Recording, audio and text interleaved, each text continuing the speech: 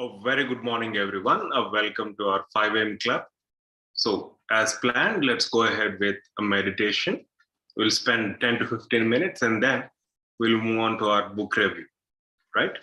From Genie Within Your Subconscious Mind, we'll continue from where we stopped yesterday. So, I hope you had a pleasant night's sleep. So, let's go ahead.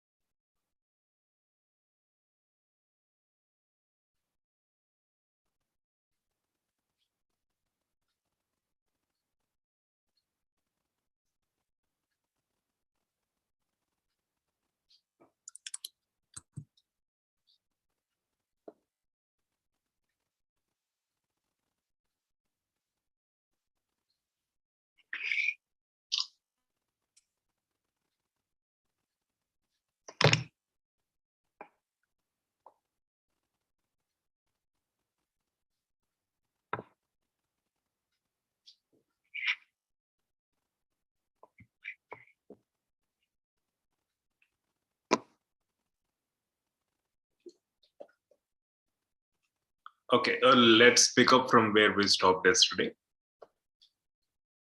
So previously we've seen several examples of the power of subconscious mind, and also we've gone through some states of mind, various brain waves, excluding gamma waves. So beta, alpha, theta, and delta. And also I've seen some exercises in regards to implanting ideas in our subconscious mind. Today, we'll continue and we'll look into various differences between subconscious mind and conscious mind, and we'll try to understand the same. So understanding your subconscious mind is essential in order to use it effectively.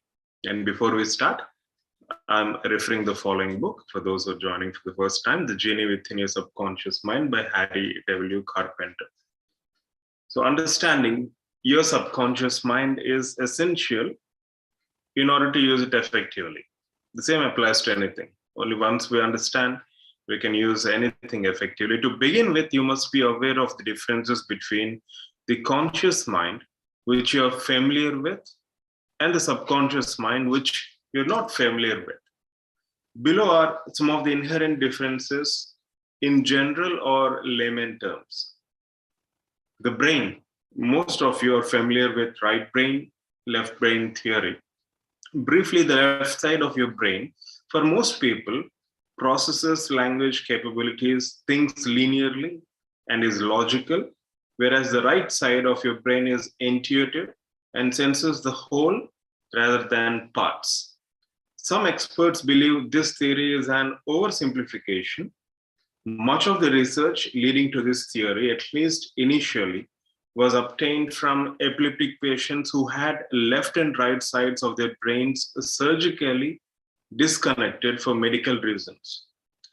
In normal people, there is considerable feedback between both sides, and in special cases, one side can acquire the capabilities of other. We will not use this model in the course. We will consider the triune model, TRIUNE, triune model of the brain developed by Dr. Paul MacLean, who is chief of the Laboratory of Brain Research and Behavior, National Institute of Mental Health. The triune model is based on 3 stages of evolution: the reptilian, mammalian, and cortex. Each stage represents a different type of mentality geared to the needs that prevailed at those times. Each is a separate computer with its own special intelligence, subjectivity, sense of time, space, and memory. For our purposes, it is convenient to combine the first 2 parts, which are by far the oldest parts, that is the reptilian and mammalian parts, and call it the subconscious mind. The reptilian, the first stage of the brain, evolved 250 million years ago and is called the reptilian brain or the brainstem. It stopped changing some 250 million years ago. Thus, the reptilian brain in man, that is the brainstem, is essentially the same as in all reptiles. It is involuntary, impulsive, and compulsive. It contains programmed responses that are rigid. This part of the brain is paranoid for self-preservation. Paranoia is useful for keeping an eye out for enemies, or more to date, for cars when crossing the street. This part of the brain doesn't learn from experiences. That's the reason why it's rigid. It just tends to repeat its programmed behavior over and over again. Animalistic behavior, reptilian behavior, brainstem. The reptilian brain evolved for survival. It controls basic functions of life necessary, which include heart rate, breathing, fighting, fleeing, feeding, and reproduction. It has no feelings. Now, coming to mammalian brain. The mammalian brain evolved about 50 million years ago In man, it is also essentially the same as in all mammals. This part of the brain cannot contains feelings and emotions. Unlike a reptilian brain, it is playful, the source of maternal care. Mammals tend to their young, reptiles usually do not. The mammalian part of the brain provides us with feelings of what is real, true, and important to us, but it is inarticulate in communicating these feelings to the conscious mind. Important features are that the subconscious mind is a source of feelings and derives information in terms of feelings and derives its value system by experience, that is, experience with emotional impact. So, as mentioned, this reptilian brain, mammalian brain, they evolved so that they would suit the life of organisms in those particular times. So, these two are together considered as subconscious mind, at least in this book, for sake of our clarity and understanding. So feelings, experiences, emotions do play a very important role in molding a subconscious mind. So let me repeat that. Important features are that the subconscious mind is the source of feelings and derives information in terms of feelings, and derives its value system by experience, that is, experience with emotional impact. Now, coming to the third stage of development of brain, cortex. The third stage of development is cortex. It is a conscious part of the mind or brain. According to Carl Jung, the famous psychiatrist, it is about 40,000 years old. So comparatively, it's very new and is still evolving. Some contemporary researchers think it is older.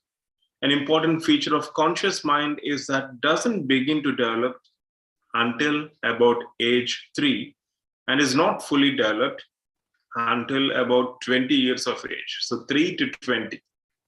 These ages vary between individuals. This late development is one reason we have so many negative and counterproductive programs in our subconscious minds. Because for us to take up information, process it rationally, we simply do not have the capacity. As mentioned by Freud, previously we have seen that whatever we learn during childhood, even during adulthood, we try to present the same, especially during challenging times. We say adults cry like children, they feel like children, we are at heart like children. So this late development of cortex is one reason we have so many negative and counterproductive programs in our subconscious minds. And when the emotional part of our brains was developing in the early years of our lives, we did not have a rational, mature, conscious mind to filter out negative programs and select positive ones we will need as adults. Simply observe that during childhood, if you come across, for example, in your own home, if your parents or relatives keep on shouting, throwing abuses one upon other, it simply stays in our subconscious mind. And when we grow up, we tend to replicate the same.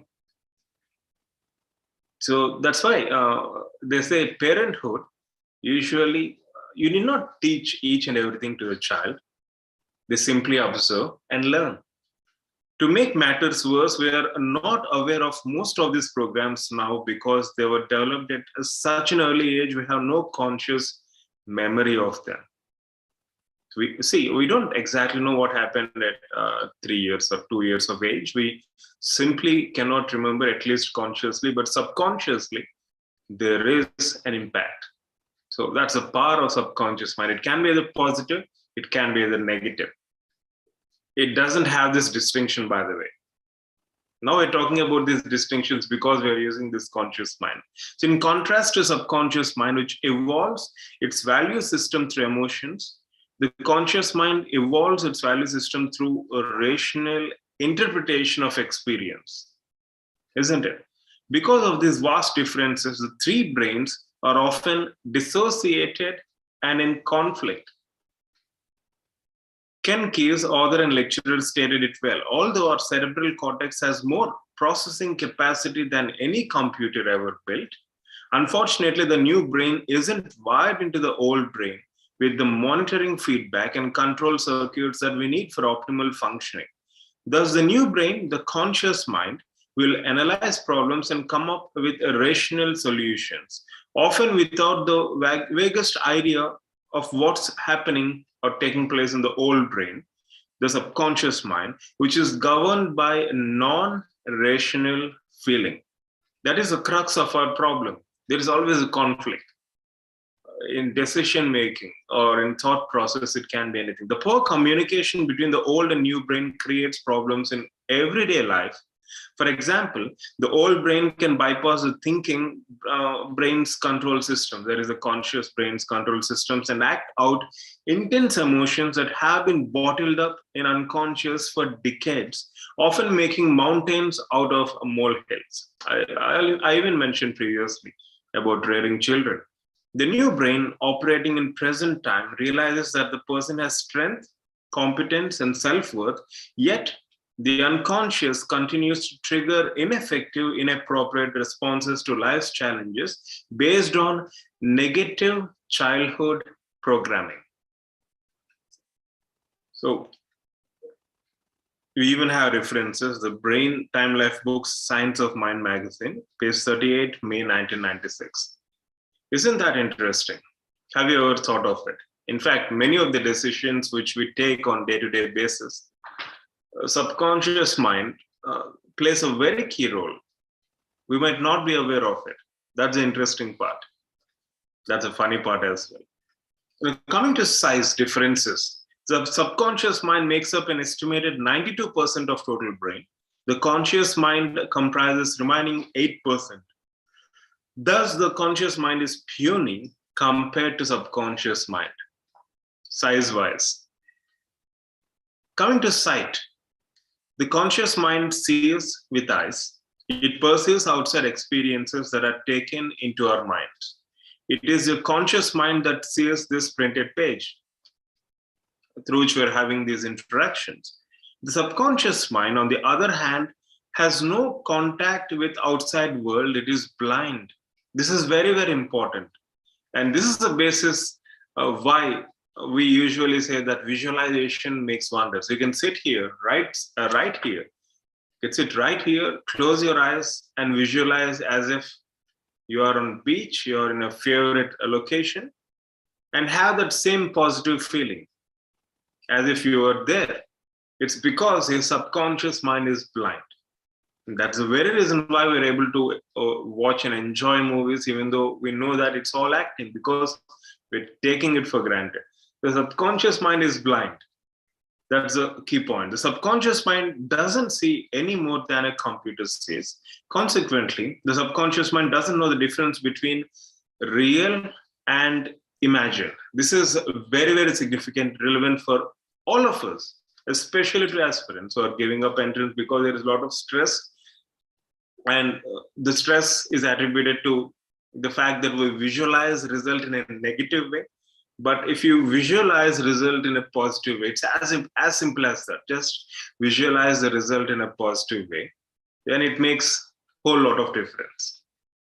This last statement is important and will be repeated again and again. And let me repeat, the subconscious mind doesn't know the difference between what's real, what's imagined.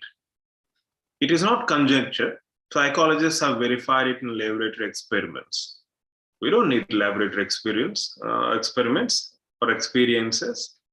I'm sure you all experienced the same. The subconscious mind relies on sensory input. Thus, it responds to reality and imagination in the same way. For example, when you dream of a monster, your body responds the same as it would if the monster were real. The fight or flight mechanism jumps into action and pumps adrenaline into your bloodstream. Your body responds with sweating, increased heart rate, etc. In reality, there is no monster and no real threat. The same applies to real life problems as well. I'm not talking about real life dangers like a bus coming on to you, or when you're crossing a street, you're having some different. No, those are not threats I'm talking about. Most of the threats which we perceive or feel about are psychological in nature. So these are all because of the fact that we are imagining things and delivering negative inputs to subconscious mind, which is making us worry as if they were problems of life and death. Now, coming to communication, most thoughts in conscious mind are communicated by inner or outer voice. So right now I'm using outer voice. You might be using inner voice, unless you are in deep sleep. Most, although not at all, or not all, thinking uses a voice and voice uses words. The conscious mind communicates predominantly with words. That is one reason a large vocabulary is important. Words are the tools of thinking. But subconscious mind has limited vocabulary and is not as articulate with words. Most people do not dream in words. You all have pictures. The subconscious mind communicates predominantly with images and feelings. This is very, very important. So as we've seen previously in the previous session, as we'll close your eyes, imagine or picture yourself and experience it. So images and feeling will help you connect and implant ideas in subconscious mind. For example, your conscious mind might say, I'm frightened, but I do not know why. While your subconscious mind might produce a dream in which a monster chases you. Now, coming to functions, most important, the functions, the differences.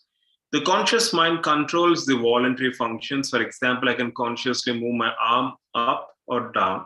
I can walk over here or there. These are conscious actions.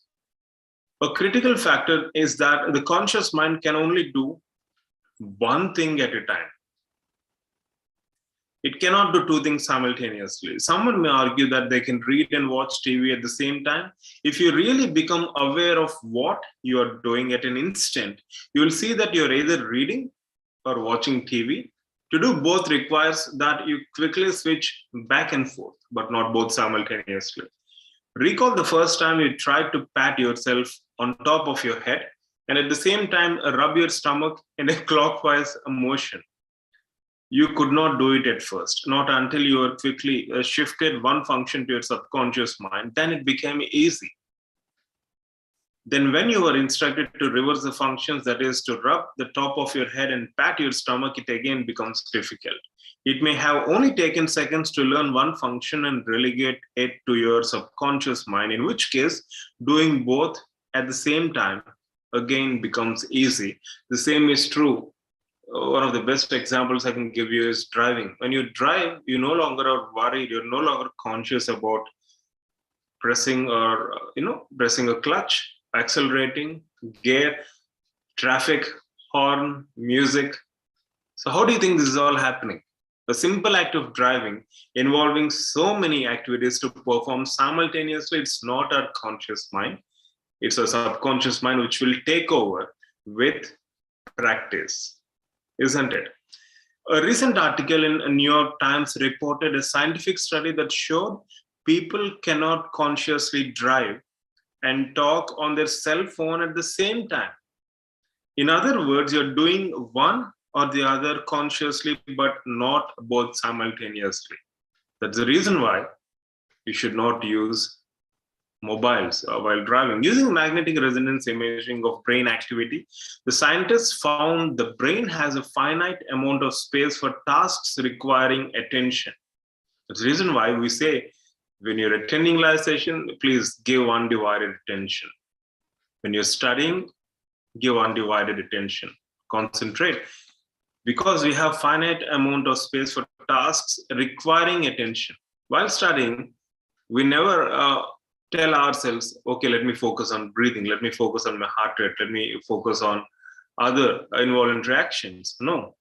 So conscious or attention-seeking activities, of course, need a complete attention. Unfortunately, even movies on OTT, we're not enjoying that much, as far as I believe, as if we were in a theater. Because when you go to a movie theater, you don't watch your mobile so frequently, maybe less frequently, but you don't usually watch mobile. Maybe you eat something, but large screen, lights off, so your complete attention is on the screen. So the more aware you are, the more conscious you are, the better you enjoy. But when it comes to movies on OTT platforms, we can pause, we can rewind, we can go, we can eat, we can talk. I mean, simultaneously, so many things can be done. So it's not the same. One scientist commented that when you really want to listen to someone on phone, you close your eyes, which we never do. That means we're not giving that attention to the other person. It might be hurtful, but facts are facts. Another article in a newspaper reported a mother who was so wrapped in cell phone conversation, she got off the bus without her 4-month-old baby. A simple experiment will prove that your conscious mind can do only one thing at a time. Pick up a light object, such as a pen. Will yourself to drop it? Easy. To drop pen, you had to make a conscious decision when to drop it. Now hold the pen and continue saying to yourself, I can drop it, I can drop it, and on and on. If you truly concentrate on one thought, the thought that you can drop the pen, then you cannot make the decision when to drop the pen. If you cannot make the decision when to drop the pen, then you cannot drop the pen. You cannot continuously think, I can drop the pen, at the same time consciously think, now I'll drop the pen. Very simple exercise to demonstrate that we cannot consciously do more than one at a time. This is quite funny and interesting. And think about when you learn to drive a car. Many of us learn in a car with a stick shift. The first lesson went like this. You turn on the key, the car lurched, the engine died because we forgot to put the gear in neutral. You started the car again, but it died because you did not give the engine more gas. You were thinking of turning the key, you started the car again, gave it some gas, you shifted gears only to hear a clash. You had forgotten to push in the clutch. Now you push down on the clutch pedal, shifted into first gear, you let off the clutch and engine died. You did not think to give more gas. Finally, the car started moving and your dad screamed, look out. Oops, you're not steering, you're thinking of shifting gears. So this is act of conscious mind, not trying to undermine it, but trying to understand the limitations, which is, by the way, funny in this context. Learning to drive is a good example of how difficult it is for the conscious mind to do many things at once. However, after you relegated one function after another to the subconscious mind, driving becomes easy. It no longer required conscious effort. Hitting a golf ball is another example. When you are learning, there are too many things to think about during the swing. A beginner's swing is awkward, often jerky. After you transfer each step to your subconscious mind, you do not have to think about your swing at all. In fact, thinking about your swing interferes with it. The subconscious mind, in contrast, can do trillions, not one, not two, not three, trillions of functions at the same time. We do not have to conscientiously think to breathe, perspire when we are hot, digest our food, fight foreign bodies, perspire when we are, release insulin, and on and on and on. This subject is discussed again in next lesson when we explore the subconscious mind as a computer. Your subconscious mind constantly communicates with all the cells in your body, and cells in turn communicate with your subconscious mind. I mean, this is again very, very important. I would like to repeat it once again. There is a communication established between your subconscious mind and your cells of body and vice versa. So, they say, and also in very rare instances, we hear of case reports where they say your thinking affects your health. We'll get to those examples. Very interesting. So your subconscious mind constantly communicates with all the cells in your body and vice versa. To learn more of this fascinating subject, read Molecules of Emotion by Candice Pert, a pioneer in new medical field of psychoneuroimmunology. I'll just give you one small example and then we'll move on. If you're stressed, you'll have more chance of catching cold. Have you ever experienced it?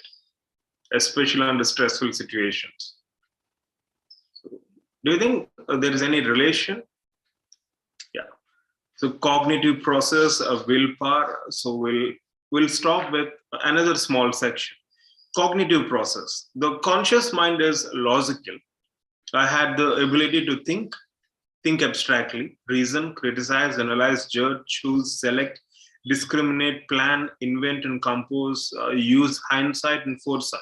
It's both deductive and inductive reasoning. Your conscious mind, for most part, filters the impact of input to the subconscious mind. Everything gets into the subconscious mind, but the conscious mind can influence the effect or power it has over the subconscious mind. As stated earlier, the conscious mind doesn't begin to develop until the age of 3, and it's not fully developed until age about 20.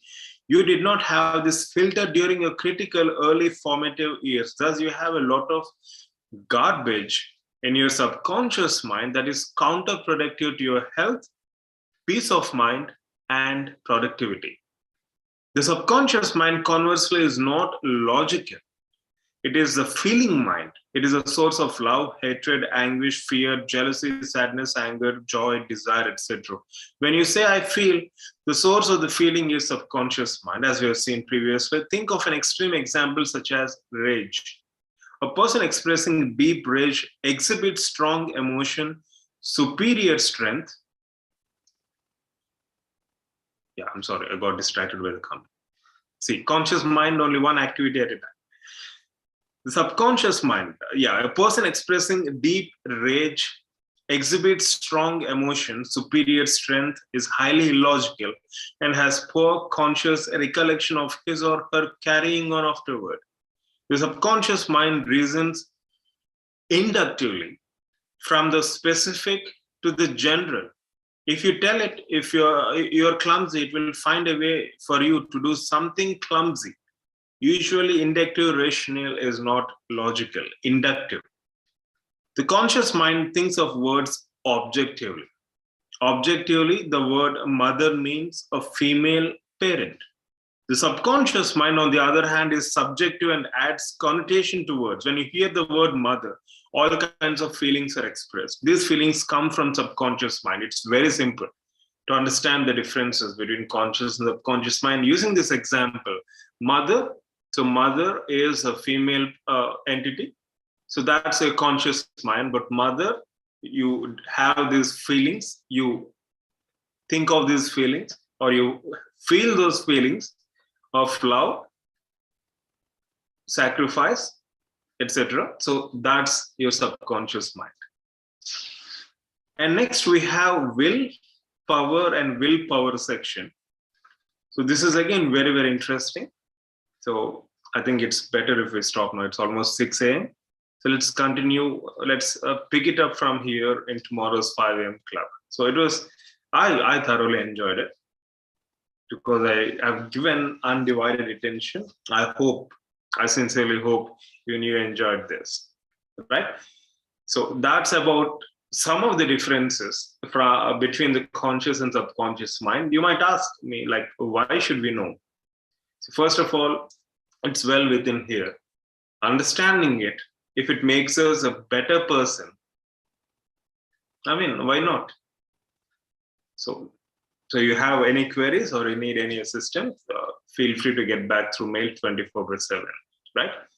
And tonight, we'll plan our session at 9 p.m. IST, as most of you are asking for the same. So we'll shift our session from 7 p.m. to 9 p.m. IST. Okay? So have a fantastic day ahead. Love you all. Take care.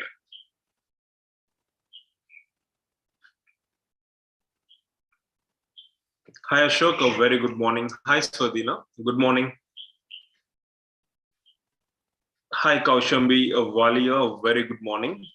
Hi, Nidhi. Dr. Nidhi. A very good morning. Nikita, Kavya. Hi. A very good morning. Okay, guys. Take care. Bye.